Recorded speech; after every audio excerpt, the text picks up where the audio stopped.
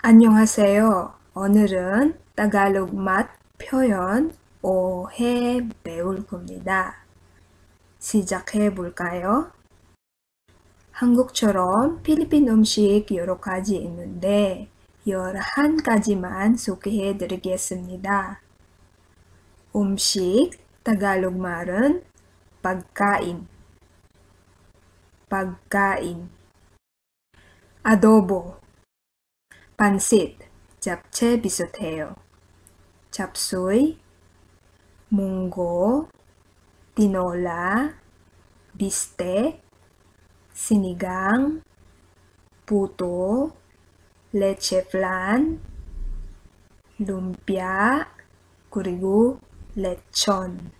맛 표현, maanghang, maanghang, maalat, maalat, matamis, matamis, maasim, maasim, mapait, mapait, matabang, matabang, kurigu, mapakla, mapakla, malasa, malasa,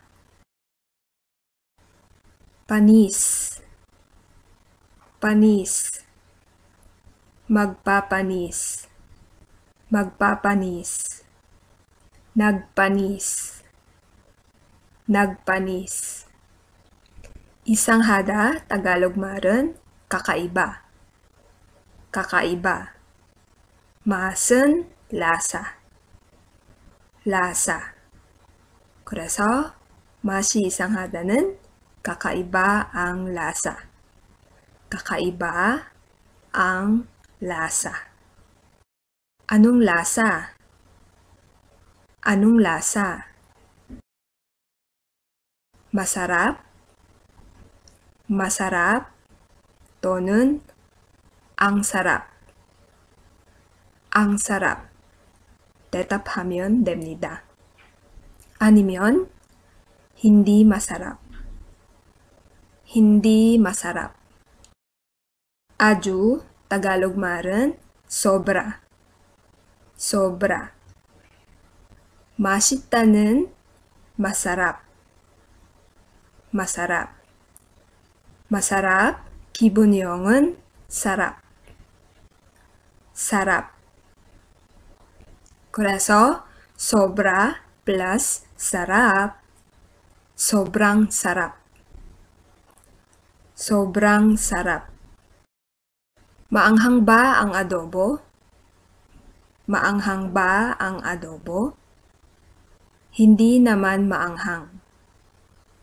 Hindi naman maanghang. Patikim. Patikim.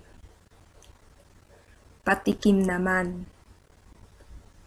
Patikim naman. Gusto ko tikman ang pagkain na yan. Gusto ko tikman ang pagkain na yan. Natikman ko na ito.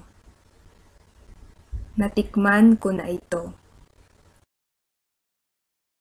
그럼 여기까지입니다. 다음에 만나요.